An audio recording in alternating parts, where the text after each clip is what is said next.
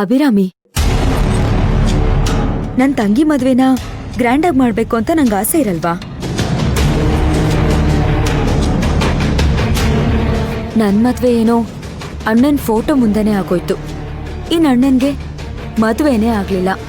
ನನ್ ಮದ್ವೆಗೋಸ್ಕರ ಅಣ್ಣ ಪ್ರಾಣನೇ ಬಿಟ್ಬಿಟ್ಟ.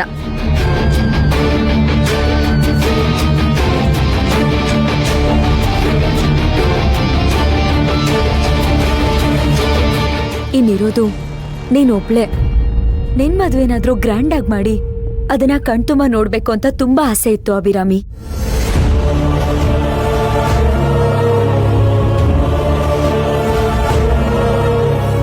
ನಿನ್ನ ಆಸೆಗೆ ನಾನ್ ಬಲಿಯಾಗಕ್ಕಾಗಲ್ಲ.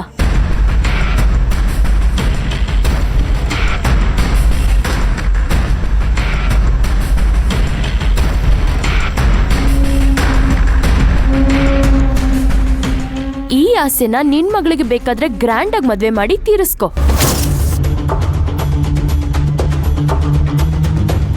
ನನ್ ಮದ್ವೆ ವಿಷಯಕ್ಕೆ ತಲೆ ಹಾಕಕ್ ಬರ್ಬೇಡ.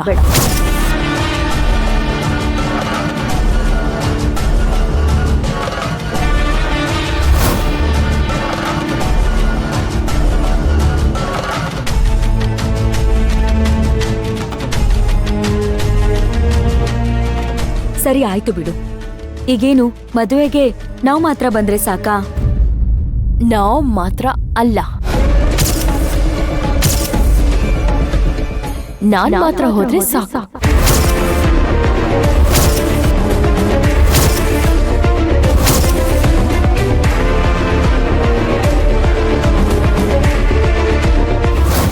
ಶಿವಗಾಮಿ, ನನಗೆ ಆಫೀಸಲ್ಲಿ ತುಂಬ ಕೆಲಸ ಇದೆ. You take ಕೇರಾ.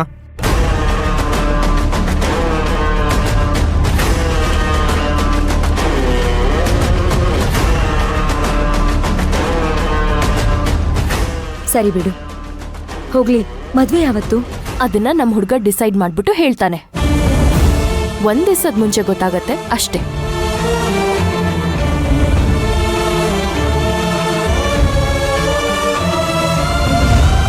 ಅಲ್ಲ, ನನಗ್ ಒಂದ್ ವಿಷಯ ಅರ್ಥ ಆಗ್ತಿಲ್ಲ.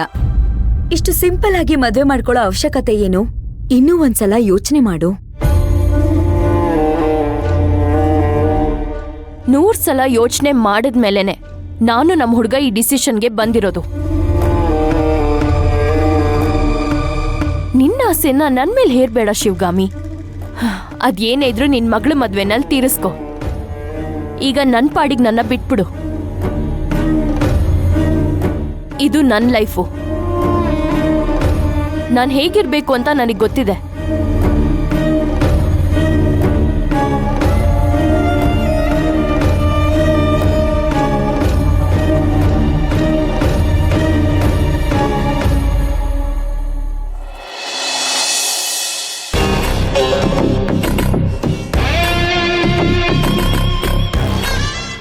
ಮದುವೆ ಬಗ್ಗೆ ಅತಿಗೆ ಹತ್ರ ಮಾತಾಡಿದ್ರ? ಒಳ್ಳೆಯವ್ರಿಗೆ ಮಾತ್ರ ಅಲ್ಲ, ಕೆಟ್ಟವ್ರಿಗೂ ದೇವ್ರ ಅನುಗ್ರಹ ಇರುತ್ತೆ ಅಂತ ಇವತ್ತೇ ಗೊತ್ತಾಗಿದ್ದು ರಾಕಿ. ನಾನು ಸಿಂಪಲ್ ಆಗಿ ಮದುವೆ ಆಗಬೇಕು ಅಂದ್ಕೊಂಡಿದ್ದೆ. ನಿನಗೆ ಹೇಗೆ ಹೇಳಬೇಕು ಅಂತ ಒದ್ದಾಡ್ತಾ ಇದ್ದೆ ಅಂತ ಹೇಳಿದಾಗ ನಂಗೂ ಅದೇ ತಲೆಯಲ್ಲಿದ್ದು. ನಿನ್ಗೆ ಹೇಗೆ ಹೇಳಬೇಕು ಅಂತ ಯೋಚನೆ ಮಾಡ್ತಿದ್ದೆ ಅಂತ ಅಭಿರಾಮಿನೇ ಹೇಳಿದ್ದು.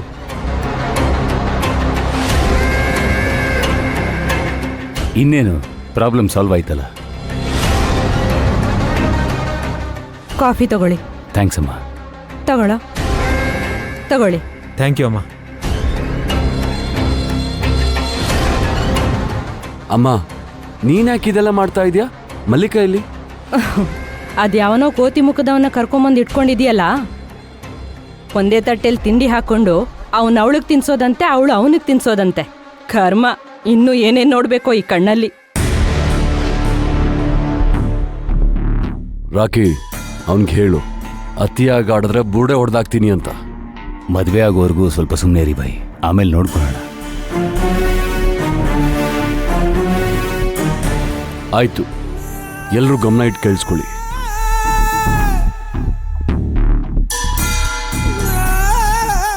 ನನ್ನ ಅಭಿರಾಮಿ ಮದುವೆ ವಿಷಯ ಸೀಕ್ರೆಟ್ ಆಗಿರಬೇಕು.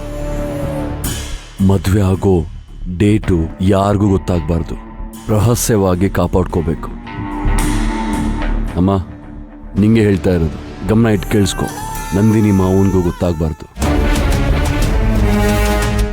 ಇಬ್ರು ಬಾಯಿನೂ ಸರಿ ಇಲ್ಲ ಅಮ್ಮ.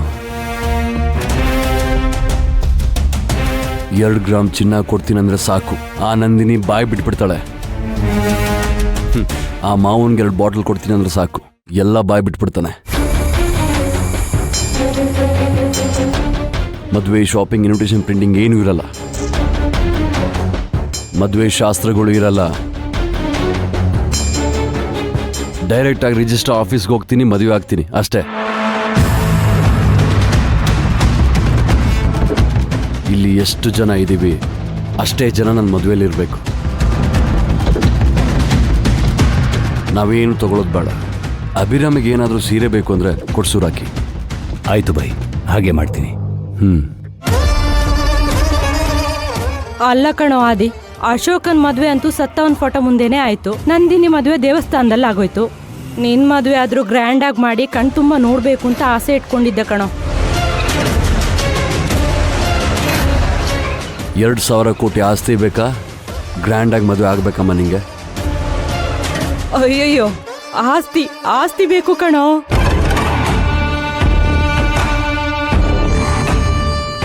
ಹಾಗಾದ್ರೆ ಹೋಗಿ ಕೆಲಸ ನೋಡು, ಮದುವೆ ಬಗ್ಗೆ ಯಾರ ಹತ್ರನೂ ಬಾಯಿ ಬಿಡಬೇಡ. ಸರಿ ಕಣೋ, ಆಯ್ತು.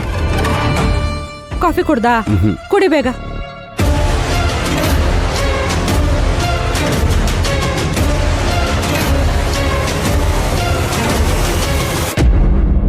ಅಮ್ಮ, ನಾನು ಹೇಳಿದ ಜ್ಞಾಪಕ ಇದೆ ತಾನೆ? ಹ್ಞೂ ಕಣೋ, ನಾನು ಯಾರಿಗೂ ಹೇಳಲ್ಲ, ನಂದಿನಿಗೂ ಹೇಳಲ್ಲ, ಅಣ್ಣಂಗೂ ಹೇಳಲ್ಲ, ಸರಿನಾ?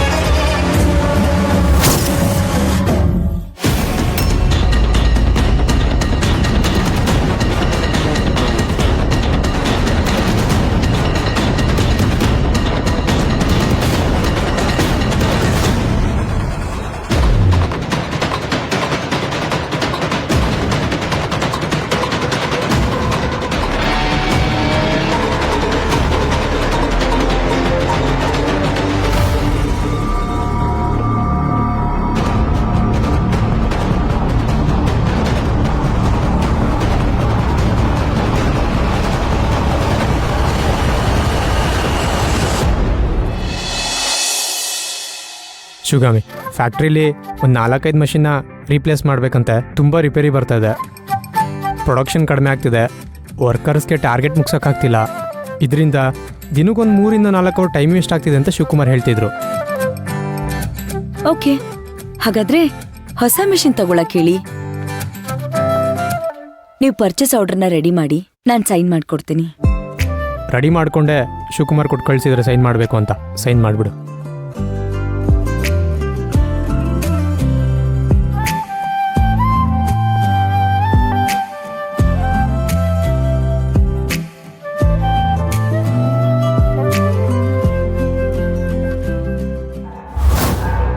ರಾಕಿ, ನೀನು ಅಭಿರಾಮಿ ಜೊತೆಗೆ ಹೋಗೋದನ್ನ ಶಿವಕುಮಾರ್ ನೋಡ್ಬಿಟ್ಟ.